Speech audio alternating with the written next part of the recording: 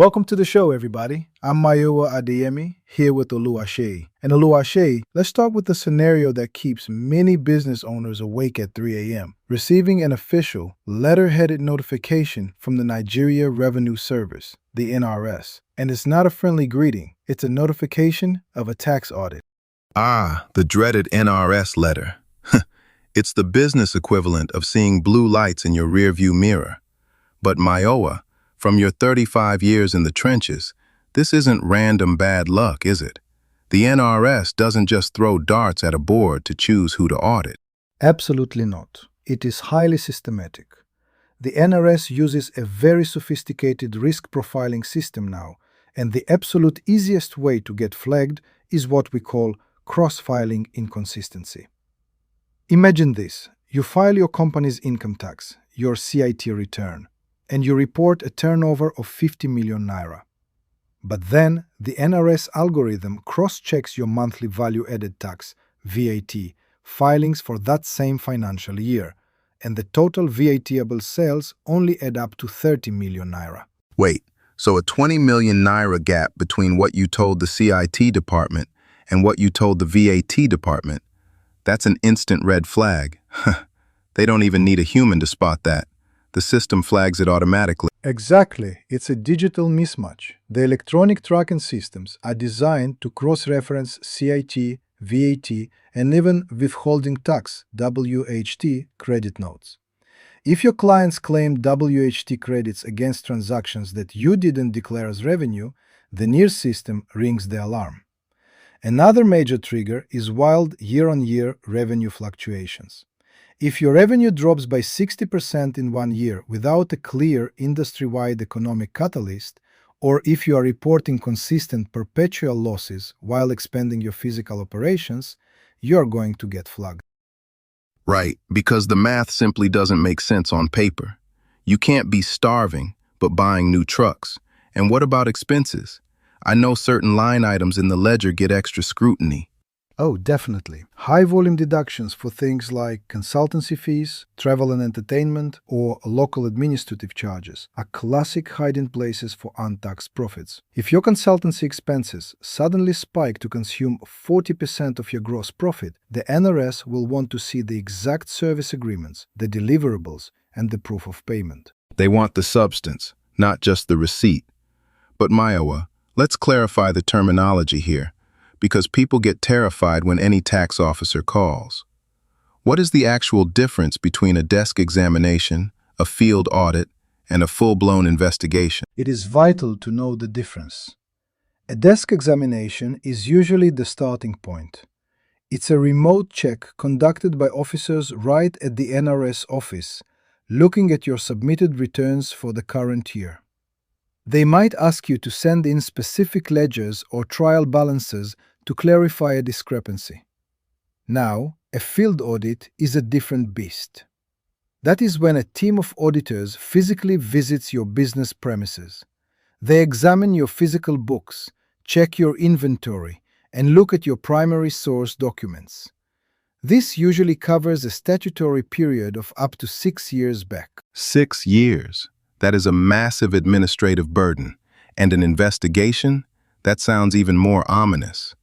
An investigation is triggered when there is a strong suspicion of systemic tax evasion, fraud, or willful neglect.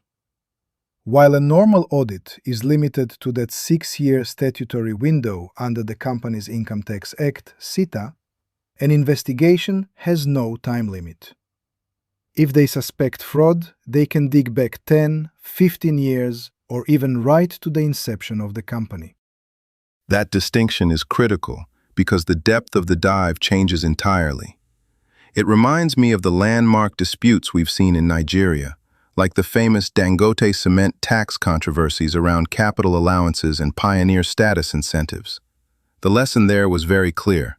The NRS will aggressively scrutinize the substance of transactions, not just the form.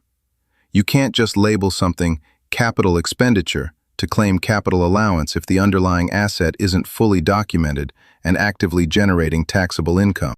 Exactly, Oluwase. In those big corporate battles, millions of dollars hung on the definition of an asset or the timing of a tax holiday. If a multinational with army-grade legal teams can face intense scrutiny over capital allowances, imagine a growing mid-sized business with messy record-keeping. The NRS will simply disallow those deductions. And the moment they disallow your expenses or capital allowances, your taxable income shoots up and you are hit with back taxes. And the cost of getting it wrong is eye-watering.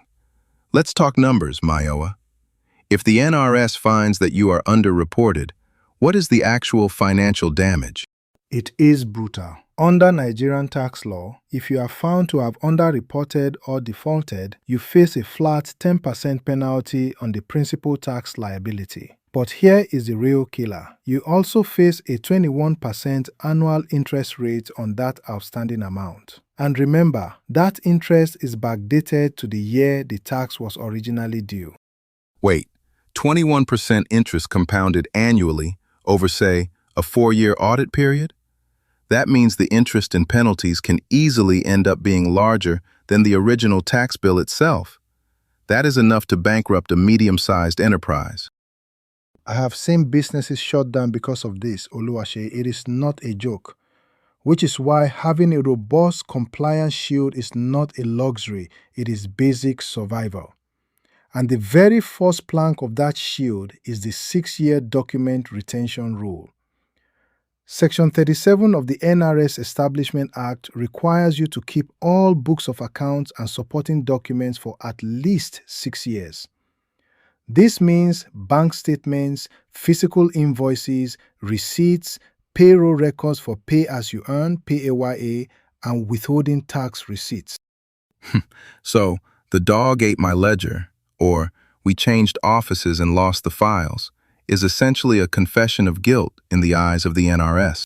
To the NRS, if it isn't documented, it didn't happen. If you can't produce the receipt for a 50 million naira expenditure from 2019, they will simply disallow it, add it back to your profit, and tax it at 30% CIT plus the 10% penalty and 21% interest. It's that simple. So the tactical takeaway here is regular monthly ledger reconciliations. You shouldn't be waiting for the end of the year to match your VAT filings with your CIT ledgers. You need to run those diagnostic checks internally before the NRS does it for you.